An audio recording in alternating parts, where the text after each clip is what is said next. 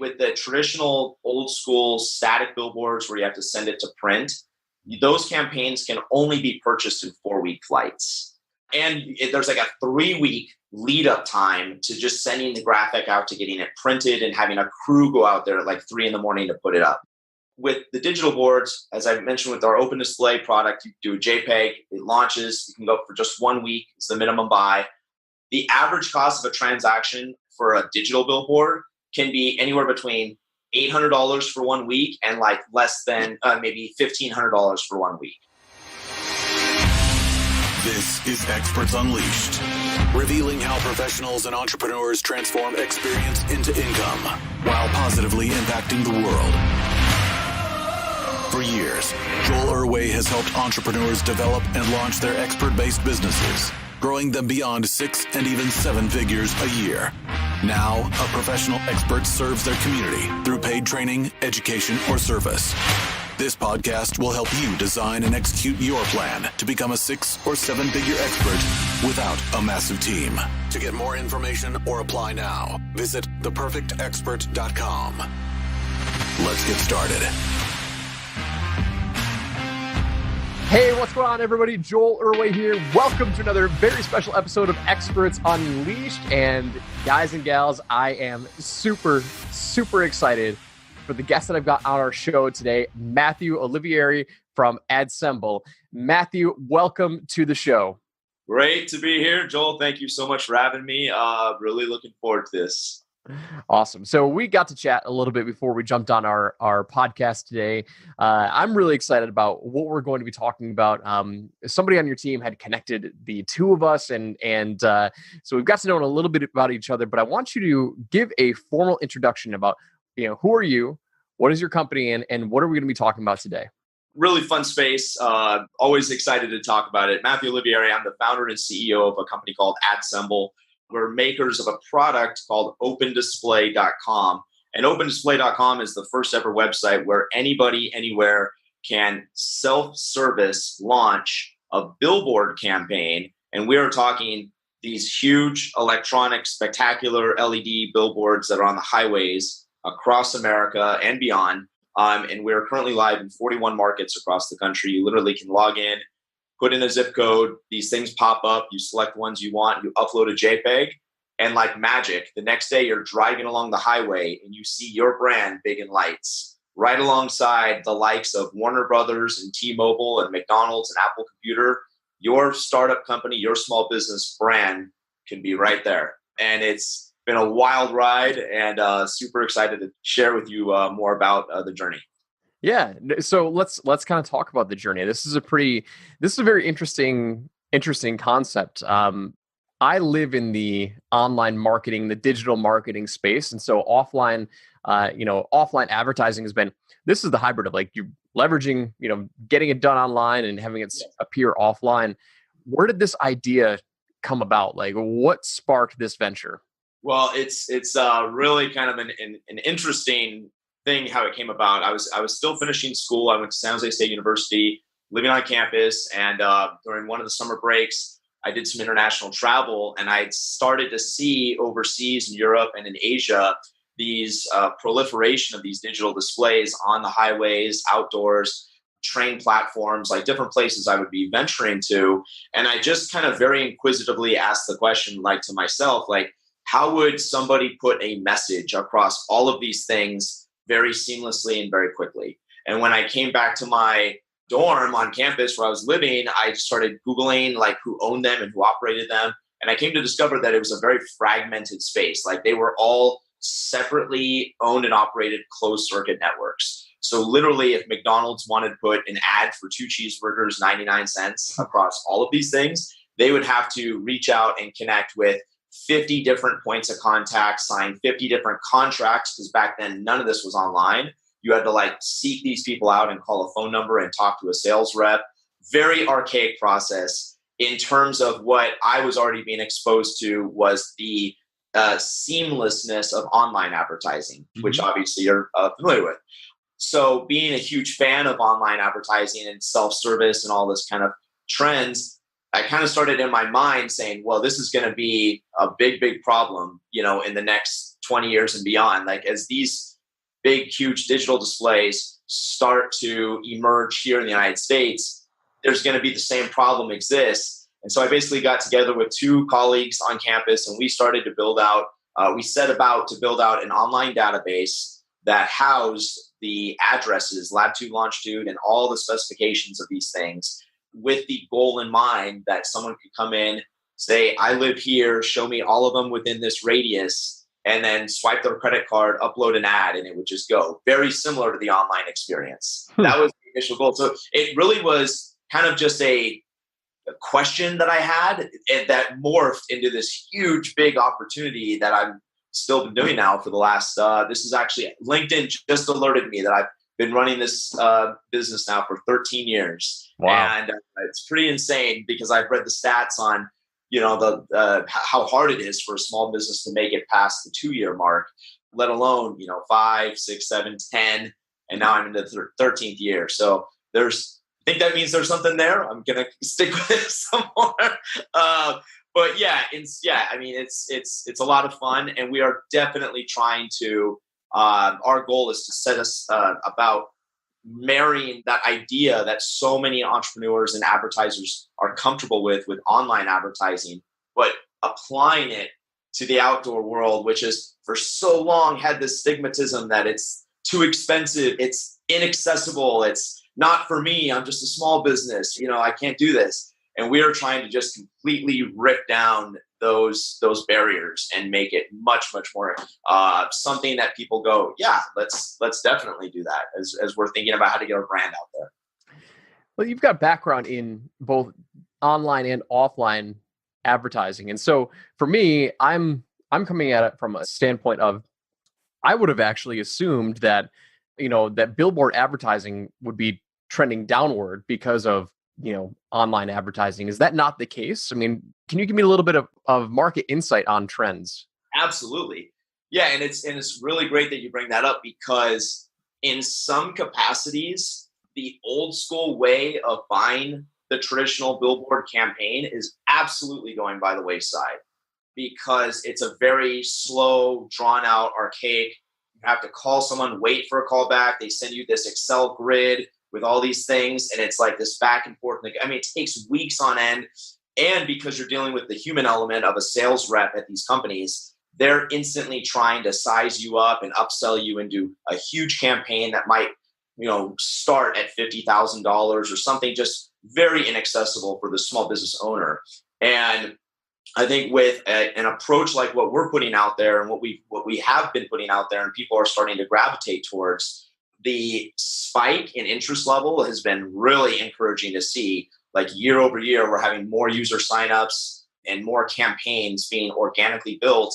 And I think that is where you have this massive pool of small business owners who, again, they've just innately thought like, well, that's not for me. I can't even touch that space. And we are coming in and just completely saying, no, you can play in that space too. You can be in that space. And so I think that what you'll actually see in terms of market trends is you're going to start to see a big demand for more of these electronic displays, because they can house a rotating loop of people. And you're even going to start to see elements of programmatic buying, which is a big trend with the online advertising, like Google's display network and things like that. And we hope to be at the forefront of kind of all of those technologies and ROI tracking and all that kind of good stuff. So you jumped in because you saw, let's talk about the fragmentation. And I hadn't really thought about this, but there are two things at play here with where you kind of inserted yourself into the big opportunity with what you're doing now. Number one was the fragmentation of all those old kind of stagnant billboards where people had to go up and manually place them up there. Those are getting replaced by the digital billboards now, yes. Right? Yes. And so with that, they were owned by different companies, and you had to, like you said before, you had to call multiple different locations to get different contracts, and I can totally see why that is archaic and Yep. difficult to deal with. And so that's the first part, is the fragmentation. But the second part is there's a new wave of billboard advertising that's digital, right? And that's where you come in, is specifically with the digital ones. Yeah. What's emerged out of what we've created is we'll oftentimes get some bigger brands that will come to the site and they'll launch an initial digital campaign. And then they'll call into our 1-800 number, or they'll email our support line, and they'll say, by the way, do you guys also happen to, know who does transit advertising and bus shelters and some of these movie theater advertising and some of these other things, shopping malls? And because some of these companies do own media assets and those other elements, we have like an extension arm of our business, which is kind of more like a concierge. Like we can also execute that for you. Very kind of similar to like a media buyer, media buying agency, something like that. It's not the main thing that we're trying to push or put out there. But if someone asks us for advice, suggestions, things like that, or even like, can we also book something like that through you guys? We have that ability through kind of the 6 degrees of separation, because it's a lot of the same. There's like 4 or 5 big companies at the top of the heap that own a lot of stuff. But then you have hundreds of smaller companies in different pockets of regions across the country that also have a strong presence. And so, short answer, yeah, there's other elements outside of the digital, but the open display product is exclusively at this time the roadside, big, huge 14 by 48 digital displays that are like on major highways across the country. Awesome. What are you seeing in terms of like success stories with small businesses, like being able to use these, like some unique, let's just say some unique ones? Because like what comes to mind is like what I'll picture are the automobile advertisers, like the auto shops, and like, up in our area, we have Billy Facillo, which I don't even know if you know who he is, but he's big in New York and he's big in Florida, big, very loud, huge. Okay. That's his name. So what are some unique success stories with small business owners that are taking advantage of open display billboard advertising? 100%. I mean, it's been really encouraging to see things. One really unique thing that's I think it's really key to point out is with the digital displays, you can actually launch 1-week campaigns. And with the traditional old school static billboards where you have to send it to print, those campaigns can only be purchased in 4-week flights. And there's like a 3-week lead up time to just sending the graphic out to getting it printed and having a crew go out there at like 3 a.m. to put it up. So right there, you're looking at this massive, like long, like drawn out process just to put something up, and then it has to stay up for 4 weeks. So you don't have this dynamic flexibility. So with the digital boards, as I mentioned with our open display product, you do a JPEG, it launches, you can go for just 1 week, it's the minimum buy. And so what we're seeing are things like half marathons. We're seeing like local chambers of commerce and municipalities using our product to do just short-term announcements about things to hundreds of thousands of drivers in the community. We're seeing different small businesses. You mentioned auto companies, mechanics, car dealerships. Recently, we had a guy that specialized in windshield repair. And he said, this is something I would never thought I would do, but I'm super excited to see my logo up there and build more brand awareness and get people coming to my website and placing, booking an appointment for me to fix their windshield. We also have seen a real big success story is last year for New Year's Eve, we had a small agency, very small niche agency that was doing a concert in San Francisco, New Year's Eve concert for pretty well-known musical act, but they had not sold out of the tickets. And so they came in and they launched a 1-week campaign, and they reported back and they launched it like on 2 or 3 locations that were like in driving proximity going towards the venue in San Francisco. And they reported back that they had to shut down the website because they oversold tickets. And it was just that like last minute capability of them to upload a JPEG, launch it right away, and then see that feedback loop of people like seeing it and then going to the website, buying the tickets. And they're just like, we're sold. Like this is going to become a permanent part of our marketing strategy now. Like Facebook ads, Instagram ads, open display ads. We're just like, yes. And so, yeah, so you hear we've had like pest controls. We've had roofing companies, realtors that promote themselves and their listings. Again, it's just that super dynamic flexibility to do these things in 1-week spurts that people are really seeing like, wow, this is great. And it's like a natural extension to stuff they're already doing online. So it's helping to like connect the dots. That's awesome. Do you get advertising agencies as clients as well? Or is this mostly for the local business owners who are advertising on their own? Absolutely. We have a lot of agencies that are actually calling us now as friends. Hey, we need to learn about this because our clients are asking about it. They're saying, what's this open display, or who's this company ad symbol, blah, blah, blah. So they're saying we need to get educated on this. We'd like to get like an agency account that we can build out campaigns on behalf of our clients. And so, yeah, that we are starting to see more of that. Absolutely. That's encouraging because, kind of at the top end of where some of these bigger brands are at, they are not coming in booking these things themselves. They're working through their agency or something like that. So the website is extremely user friendly to the small business owner that sits down and launches all their own stuff, their Facebook ads, their Google ads, etc.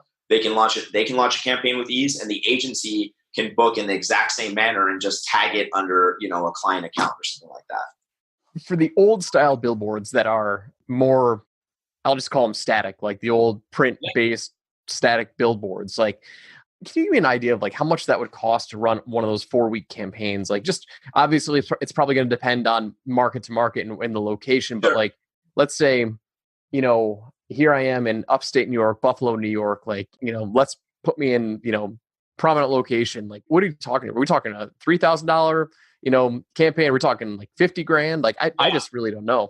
Well, I'll give you a couple of data points. So I think this would be interesting for your listeners that tuning in from all over the country. The average rate of a 4-week campaign on a major billboard, like on 101, going like right outside Facebook's campus here in the San Francisco Bay Area, it can run you upwards of $50,000 for 4 weeks. Wow. $50,000 for 4 weeks. Now let's hop way across the country to Times Square. And any one of those big, huge static ones, 4-week campaign, you can easily be in the hundreds of thousands of dollars. Wow. Right? Down in Los Angeles, depends what part of Los Angeles, but let's go ahead and zero in on like West Hollywood, Sunset Boulevard, very popular spot, obviously. Again, you're between that $50,000 to $100,000 range. Now, if you go to a more remote part of the country, like maybe more suburban, something like that, you could definitely bring that cost down lower to maybe $10,000, $8,000 to $10,000 for a 4-week buy. They really kind of gauge the pricing based off of the perceived impressions, or in other words, how many people are going to be driving by it and being exposed to it over the course of a 4-week time period. Sure. And those numbers are usually derived as a multiplier of like the government Department of Transportation, like how many cars are driving by Buffalo or, San Francisco, Los Angeles.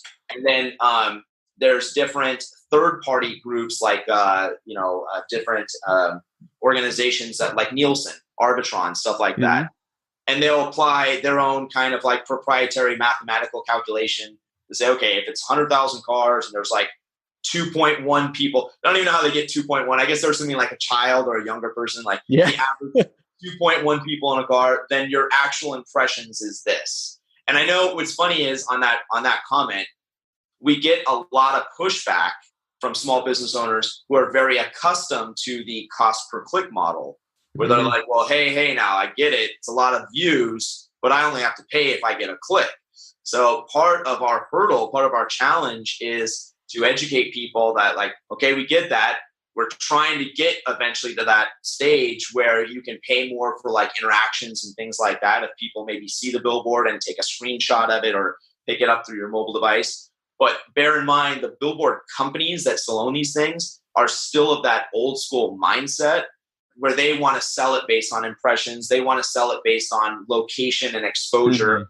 And there is something, in fairness, there is something to be said about the kind of grandeur, kind of like you're only one of 8 people or 7 people or 5 people that get to be seen in the loop. Or in the static case, you're at Times Square, you're one of only one that gets to be seen by that many millions of people. So there's validity to that, absolutely. And we never discredit that.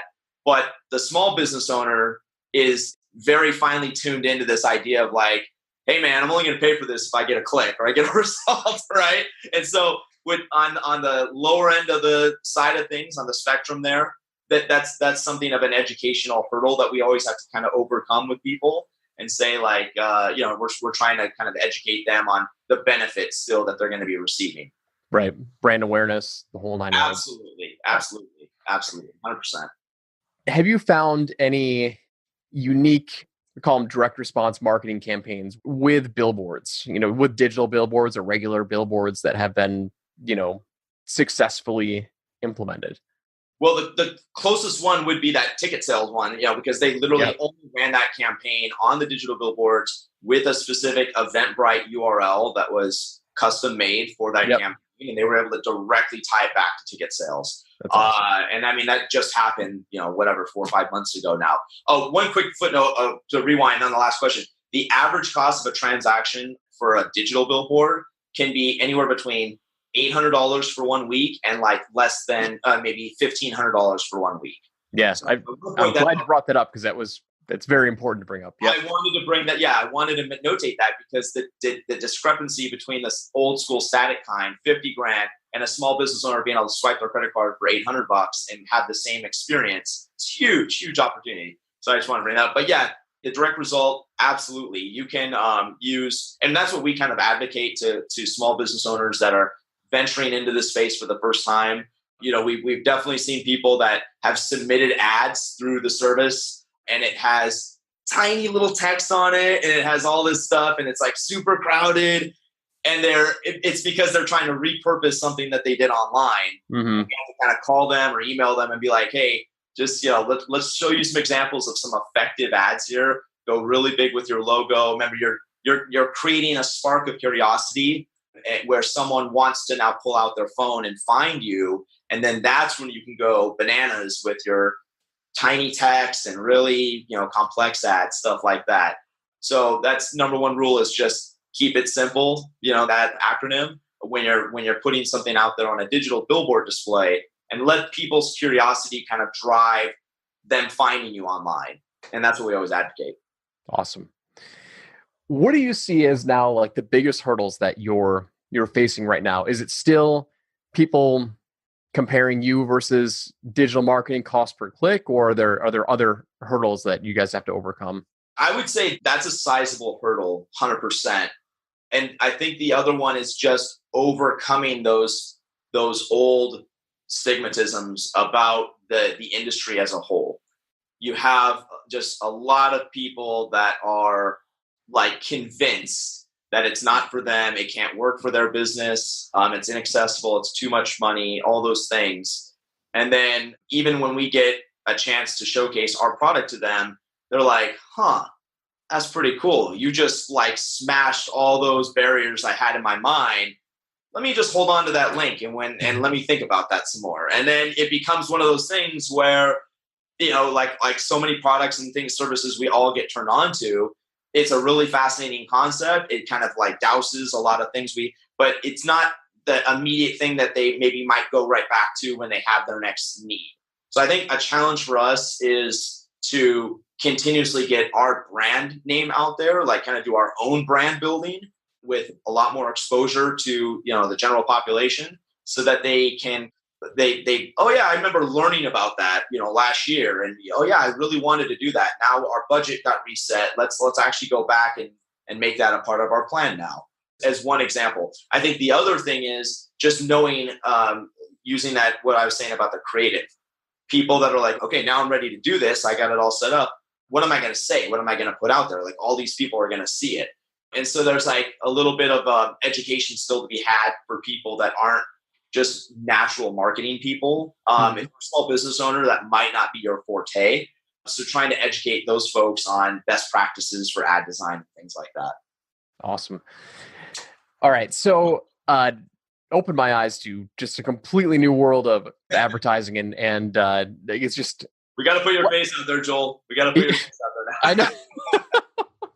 Well, I've got a cousin who is an insurance agent, and I remember 2 or 3 years ago, maybe a little bit longer, but he was growing his territory, and he purchased a billboard, and it was like a big deal for him. Like I think for small business owners, like that's a big deal. Like when you get that, when you get that billboard and you get that up there, like he was just so proud to take pictures of it and show it off. And I don't know how well it performed, but I just remember he was like, I did it. I made it. Mom, I made it. I'm on the billboard.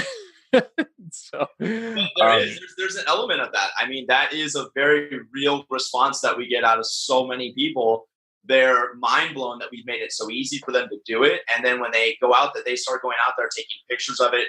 We make it very easy in the open display platform for people to see. One really unique thing that we have in the platform is when your campaign goes live, all the billboards that are digital billboards that are a part of the open display when you log in there, in order to even qualify to be a part of our product, they must have a camera mounted on them. Okay. So this allows someone in New York to launch a campaign in LA, comfortably swipe their card, process the order, and know that it actually displayed, because within the first 3 days the campaign's live, the owners of these signs must take a picture and upload it back to the account, which is like a feedback loop. You get an automatic email saying there's a proof of play photo waiting for you to go check out. You log back in and boom, you get a photo right there. So you have photographic proof that the ad is being displayed as it is supposed to be. And then we make it really easy for you to share that out on social media. So you can actually kind of like let your friends and family know, like, look at this. Like, I'm in LA, I'm in Chicago, I'm in Florida, I'm everywhere.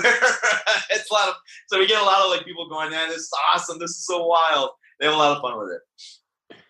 Do you see success with like online businesses using billboard advertising? Have you seen many customers with that, or is it mostly local, or like kind of like bricks and mortar?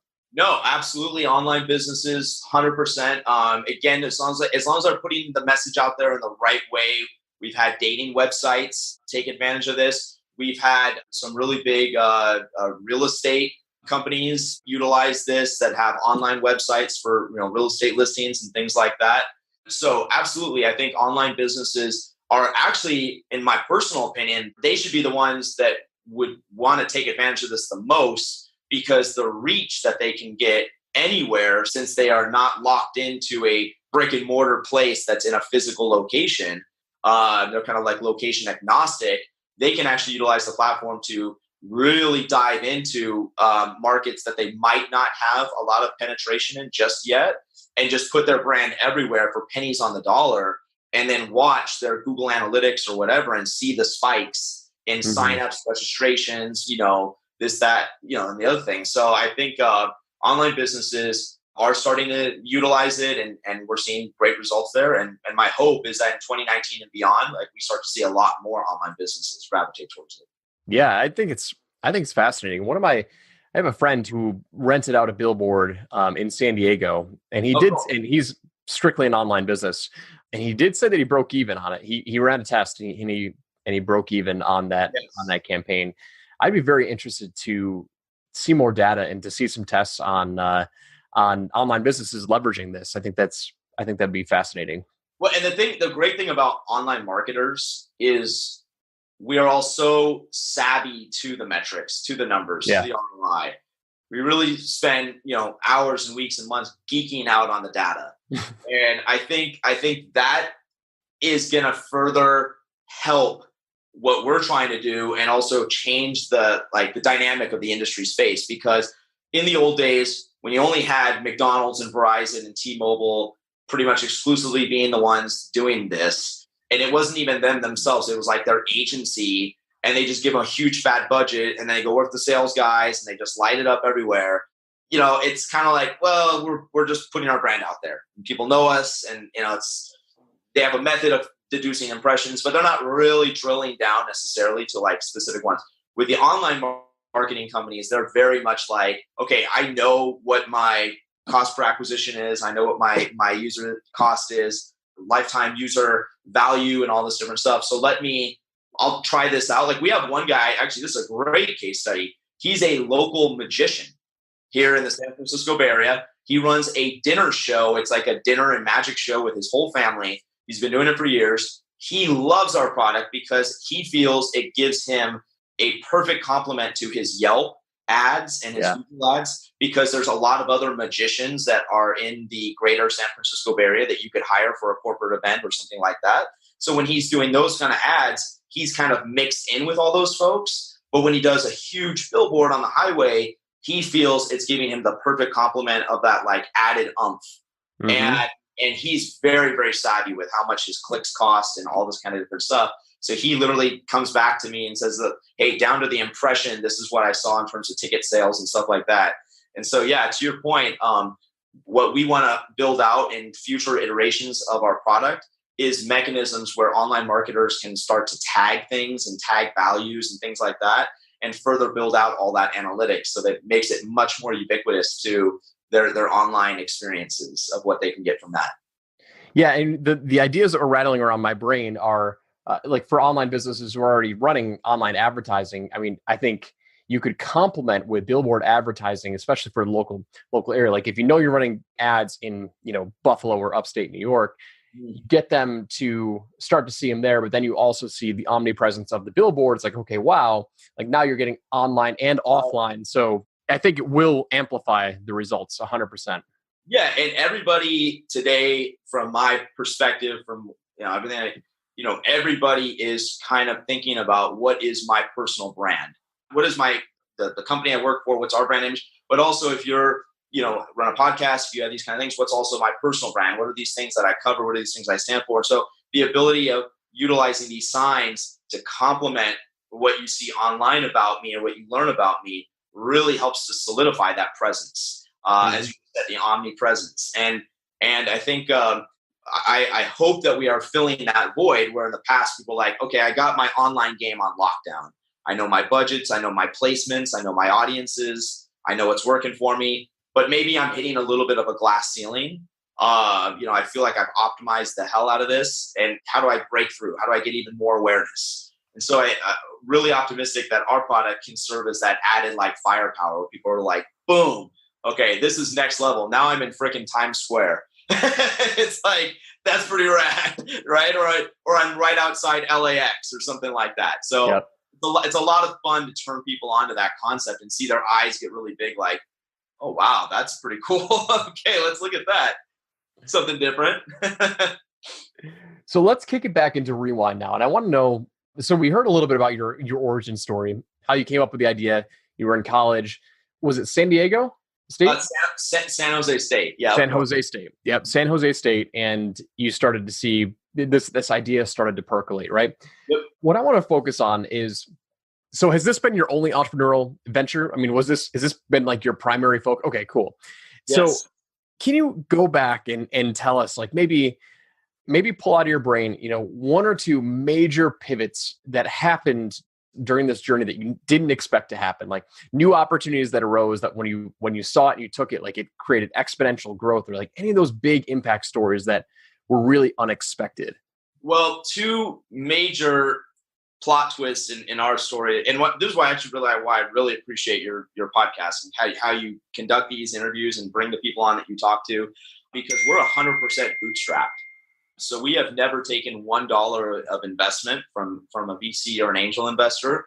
We had to make it on our own, just on the lifeblood of our customers, right? And the people, committing to us that they would sign up for this process and check it out. So why that's kind of interesting is because the two big pivot points in the company's history was, in that origin story, a little key part I forgot to mention was I kind of had all of this idea, and this all came together in 2006, 2007. And then I graduated in 2008. And that's right when everything started imploding. But, when you come fresh out of school, you're so, kind of in your own little bubble about what you're excited about. And I'd had this epiphany, and I had this idea, and I was working with my college roommates at the time. And we were kind of like, just kind of going in full on it. And you're kind of oblivious to like circumstances around you, like all this kind of stuff kind of just like falling by the wayside. So long story short, we had this big, huge launch date that we were really excited for. And we finished the website and was ready to go. And we called up our friends and family, and they all came to this. We had this incubator that we were working out of where a bunch of startups go. And we turned the website on, we hit the go button, and nothing happened. Nobody came to the website. There was zero interest. Also, back in 2008, 2009, there was a lot less of these digital screens still in the United States, like 1/10 of what there is now in 2019. And so we didn't even have a lot of inventory to sell, so to speak. And so that was a very anticlimactic moment in the company's history, because we were all so amped up that this was going to work. And hey, if you just build it, they will come, like Field of Dreams. But nobody came. And my two co-founders shortly thereafter exited the company. And I was kind of left by myself going, well, do I still pursue this thing or do we hang it up? Maybe it just wasn't the right time, whatever. But I was getting so much encouragement, Joel, from family and other people telling me, no, you got something here. Just look around you. Like it's 2008, 2009, like the economy, the country is hurting right now. Like, and advertising is one of those first things that goes off people's P&L. You know, they're just not spending money on this yet. Give it some time. So I rolled up my sleeves and I started working, you know, a night job at a restaurant, bussing tables and washing dishes. I did construction work. I did anything I could do on off crazy hours so that I could have my Monday through Friday 9 to 5. So I could suit up and go knock on doors and just talk to people about the business. And that was also another reason why we couldn't get any investors and stuff like that, because investors, their money was all dried up. And they're just like, we don't know this space. We never heard of you. We're not going to. So had to persevere through that. Major hard time for me. You know, all these odd jobs and then still trying to knock on doors and sell people on this concept. And then fast forward to actually just something really recently that happened last year. A year and a half ago now, we had achieved a certain level of success, and in my ambition to want to throw kerosene on the fire, I moved way too fast and too aggressive to hire a bunch of people, specifically salespeople, who I thought would further help get the word out about the platform, get a lot more people using it. And, you know, anytime you hire anybody, whether it's sales, HR, we hired HR, we hired operations, all these people to support all this. The personnel expense just went through the roof. Yeah. Why I want to share that with your listeners is because, you know, as a person that started as an entrepreneur, pretty much right out of school, I could have utilized my advisory board network and my board of directors and just people, friends and family, a lot more and involve them in that process about, is this a good idea? Do we think we can actually handle this load? What happens if it doesn't go south? So the short story is none of the salespeople had the success that we thought they were going to have, but we were hemorrhaging money like crazy. So we went from a really nice big amount in the bank account down to like where I wasn't even taking a paycheck for several times to make sure we had money left over for the staff that we still had, as people were starting to kind of just phase themselves out. And then eventually we had to let a bunch of people go. So the turnaround job that we've been doing in the last like 15 months to try to get back on track since then has been the other major pivot point in the company. And it's just great learning. I know several of your people that you had on, they kind of talk about these circumstances and they say all of this stuff is really great learning. It really is. But I am also a big believer that some of this stuff comes back to ego, comes back to, you know, maybe being overzealous or overconfident about your position. And so my advice on that would just be really talk to your support network. And like, if you're going to do a big decision like that, where you're going to, you know, up your personnel expense by 10x, like really make sure that, okay, what's the contingency plan? Like, what's the runway we have to actually execute on this? I really kind of failed self-reflection wise. Like my area of opportunity for growth is to look at that better, because where I dropped the ball was I didn't really properly analyze like how much runway we had if things went south. And that could have killed the company, instantaneously killed the company. Thankfully, we stopped. We put a tourniquet on before it got too late. But we've been having to work really hard these last 15 months to trim expenses. I think you talked about that in one of yours. You said you cut a bunch of expenses down to like 1/10. That's us. You know, we had to scale back. We had to get back to our roots and just kind of, and now we're like in rebuilding mode. And so in both of those cases, major pivots, I had to persevere and dig in. I want to go back to the first story that you talked about, which was, you know, your two co-founders left and you made the decision to keep going forward with this, even in the down economy, right? You picked up some side jobs to help keep, you know, finances up and just make it work. And, but you mentioned something that I know not a lot of people in my network do, which is cold calling and knocking on doors and just really pitching your ideas. And I know that it's not easy. You get a lot of rejection, and especially with people who, you know, with the companies that you said before, like, oh, you know, I've never heard of you. I don't want to, you know, I don't want to buy into your concept. Can you take us back into that when you're knocking on doors and you're the only person, you know, you were the sole founder and like it was up to you. Like, when did those door knocking, when did that start turning into conversions? Like, oh man, thank you for asking that, because it's actually the part of my company's journey that's the nearest and dearest to my heart. It's the part that I like to share the most about kind of our origin story and how we got to where we are, because it was some of the most loneliest times I've ever had in my entire life. And it was also equally some of the most triumphant times that I've had to this point in my life. And basically, I ultimately found myself isolated in this office space that we were like subleasing out from this other bigger company. They had like a little side room, and they're like, I knew the guy that was the founder, and he's like, yeah, you can hang out over here and make your calls and do your emails and stuff like that. Remember, the original concept of the website was self-service, right? Like Amazon, like so many things. But since nobody was coming to the website, the only answer I could think of is, well, I have to prompt people to come to the website. I need to put it out there and let people know that this is something that they can do. And that's why to this day, I still wear a suit and tie to work every day, just because this is almost like a throwback to what I had to do to kind of get things going. And I'm very comfortable in this environment. It's something I actually enjoy, getting dressed up and going to meet with clients and stuff like that. So it doesn't bother me. But I find myself in this room. We didn't have any furniture. I had a TV tray from my mom's house that I took with me in my car, my Honda, my Acura Integra. You'll laugh at this. This car had like 300,000 miles on it. There was like a leak in the seal on the hatchback, and water when it rained would start to fill up in the base of the trunk, and I'd have to like get a cup and get it out so it didn't mildew. And I would drive around to this office with this little TV tray in the trunk. I'd pull it out, set it up. I'd sit there with my old laptop, and I would just try to find companies on the internet who I thought would benefit from this database that we had constructed. And I would find their addresses or find their phone numbers, and I would be in a suit, and I would literally go to their office with Starbucks in hand and just basically plead my case to talk to the director of marketing and introduce myself. And I will tell you, I have like huge, massive fan of. I've probably spent like $100,000 on Starbucks coffee over the last 13 years. Wow.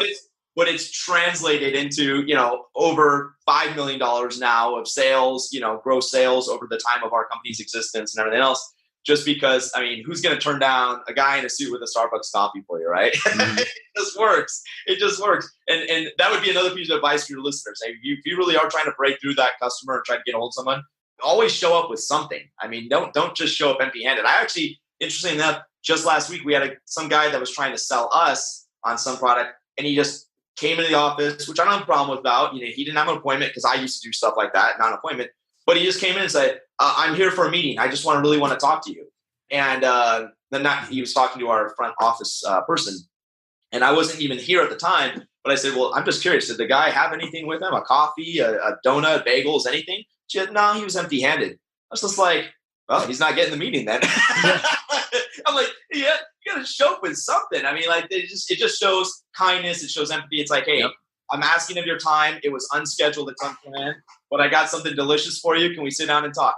And that was always my approach. It's just like that. So the loneliest times was I was all by myself, having to run around, and 9 out of 10 times I would get the door shut in my face. I dropped off those coffees more times than not to just the secretary. Like I learned to build amazing relationships with the secretaries, because they're like the gatekeepers, and they're often overlooked, and people kind of pass them off as just the secretary, but they know when all these people are coming and going, and they have their cell phones, and they're on live chat with them and all this stuff. So if you can build a really great rapport with the secretaries of these big companies, and you come back 3 or 4 times, they will eventually tell you, like, "All right, hang out over here. He's going to be coming out for his lunch like in 10 minutes. And then you can catch him, but you didn't hear that from me."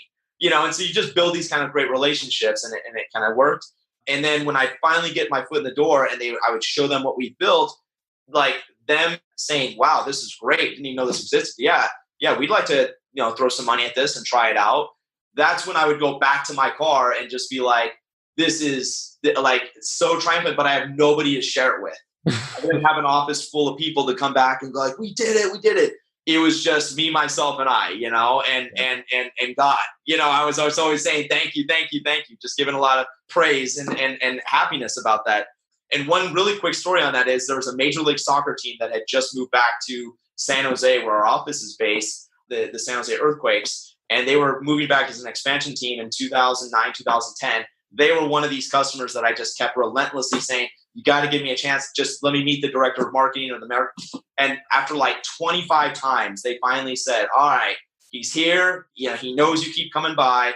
He'll give you 5 minutes. He's very busy, blah, blah, blah. So I go in there and he goes, all right, man, what's your pitch? You've been coming here. What's your deal? And I said, listen, I know you guys are a new expansion team, but we have a network of these billboards. I think it'd be really great to promote the games when you guys play your games. And gave him the whole rundown, showed him the database, showed him the website.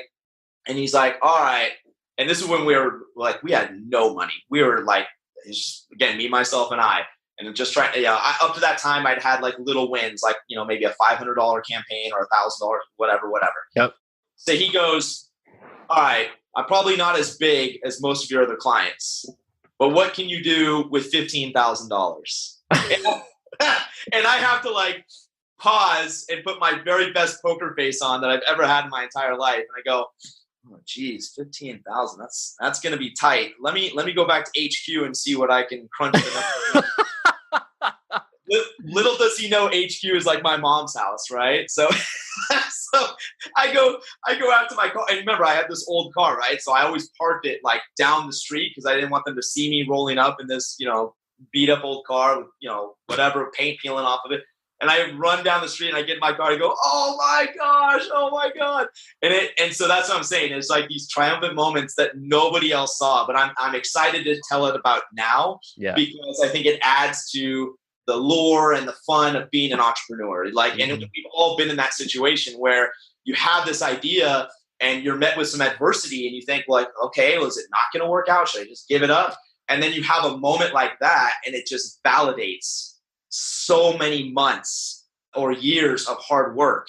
It just puts a seal of approval where like, here's someone willing to write a $15,000 check for what you've designed or what you've built. And it's just valid. Did he cut it to you that day? He cut you a $15,000 check that day? We went through the normal invoicing process. I had to create an invoice and all that. Again, that was another thing. It's like, my accounting team said all the, and that was just, I went on Microsoft Word and I was like, Google, okay, how do I make, it's, you do all these little things because you don't know any better at first. Right. And I had to put the logo on and make it look very, so, what do they always say about fake it till you make it? Right. Yep. So I was so committed to figuring this out. I really looked at this as like a Rubik's Cube.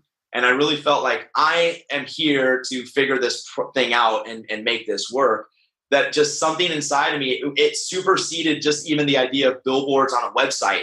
It was more just the entire entrepreneurial journey of just not giving up and being a fighter and being disciplined and being consistent. And I just said, if I stick with this, I know I can make this work. I know it. There's something here. And so whenever I meet an entrepreneur today and they tell me their great idea and then they tell me some of the struggles that they have, and they're just like maybe in month one or year one, I always caution them. I said, this sounds like a great idea, but, very few people have that overnight success, where it's just instantly a smash hit like an Uber or a Twitter, whatever. Like, be prepared to dig in because I've dug in for over a decade now. And we've done, over $1 million a year for the last 5 years and growing and all this different stuff. But it took me a huge amount of time to get that scale, to get that ramp. Yep. And that was, if you had told me on day one, like, hey, are you really down to, like, obviously my co-founders, right? They bailed right after the website didn't have success, and I don't blame them. They had bills to pay. They had things they had to do. I don't have any disregard for their decision that they had to make for their lives. But something inside of me was just like, no, there's something here, but you're going to have to ride this out. It's not going to be a free ride. It's not going to be an overnight thing. And that would just be a piece of advice for entrepreneurs is, don't get discouraged, just dig in. Mm-hmm. Yeah, there was so much to like about that story. Any successful entrepreneur has gone through a version of that story. Like, maybe not necessarily like, I might not be your biggest client, but like those first big wins, like, holy Yeah. And I joke with that guy today, like fast forward today, we do all their stuff now. So they're still clients with you. Oh yeah. We do all of their stuff now. Anything you see that's related to them, it's going through us now. That's like awesome. Digital stuff, the static stuff, you mentioned like other options and things like that. and we've grown that. And I've joked with that guy now many times. And I've kind of owned up to the fact that very first deal was like, you have no idea, but we were like make or break if you hadn't done that. And so we have a good laugh over it now. We've become very good friends. But yeah, to your point, yeah, I think all entrepreneurs have that experience, and it's great if you can celebrate that with a bunch of people. But sometimes you're just by yourself, and you're just like, okay, I'm gonna feel great. This is amazing. But it's like no one sees those moments, And so it's kind of like but they're in your heart forever, And it's like I think it's the greatest part about being an entrepreneur is kind of like triumphant wins. It just gives you so much excitement, Yep. Matthew, man, I've had a blast. We talked about so much today. We talked about your journey with AdSemble. We talked about, online advertising, offline advertising, digital billboards. We talked about, brand awareness campaigns and the hurdles that new small businesses are going to have with, cost per click because they're already indoctrinated with digital marketing. And, is billboard advertising really going to pay off for me? And then we went back into your story and in your journey of starting this up and just persevering through all the adversity and getting those first big wins, which anyone listening right now, once you have your first big win, like you can relate. And it's so much, it's like, that is the cocaine. Like that's the addictive drug. Like, it is. Holy crap. I just knocked on this guy's door 20 times. He gave me 5 minutes, and that turned into a $15,000 sale. And actually, probably way more than that. I mean, I've got to say, that's probably your longest term client. Oh, absolutely. Yeah. That story was back in 2009. They've been with us for over like 8-9 years now. Yeah. Yep. So yeah, and the account's grown every year as they've been doing. They just opened up a brand new stadium, all this stuff. Yeah, it's been a wild ride. It's like I said, I just I'm thankful every day that I get to come in. I sometimes wake up and pinch myself like I get paid to do this now, like because when you're working those side jobs for a long time and then you finally make that leap where you're like, hey, this is going to be the thing that pays my rent, put food's on the table, and then you're like, oh wow, I get to do this for a living. Like it's so awesome. It's just so awesome. So yeah, it's been really a cool ride so far, and hoping to keep it going. Where can people check you out? Where can people find out what you do, learn more about your company? Drop some links for us. Sure. Yeah. Easiest one. I mean, I'd love to have all your listeners, if they're so inclined to check it out, opendisplay.com, real simple. That'll take you right to the site where they can sign up and check all this out. And actually, Matthew Olivieri, I'm on Twitter and Instagram and all that stuff. If anyone wants to reach out, ask questions, entrepreneurial questions about anything that they heard, I'd be happy to go more in depth about that. I'm recently got onto Snapchat, so trying to like level up my Snapchat game a little bit. So it's just MJO Snaps. You can find me on that.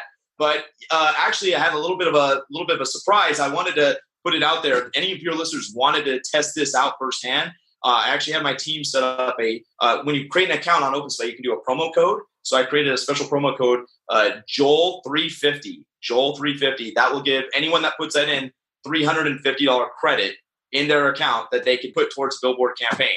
And in markets, that might even cover pretty much the entire cost of a 1 week campaign. So I just want to throw that out there. If anyone wants to check it out, opendisplay.com, Joel350 is the promo code, and boom, you guys will be off to the races. And awesome. Yeah. We'll make sure we include those links down in the show notes. And if you're listening right now, go follow Matthew. He's a fun guy. He's got a lot of energy. I'm sure his Snapchat's going to be off the wall. Yeah. And I appreciate that promo code. And we'll make sure that we include those links down in the show notes. So go connect with Matthew. Let him know that you heard him on Experts Unleashed. Matthew, thanks again, man. And we'll drop those links and we'll talk to you all on the next episode. All right. Take care. Thanks for listening to this episode of Experts Unleashed. If you're looking for new and innovative ways to design and execute your plan to become a 6 or 7 figure expert without the massive team, apply now at theperfectexpert.com.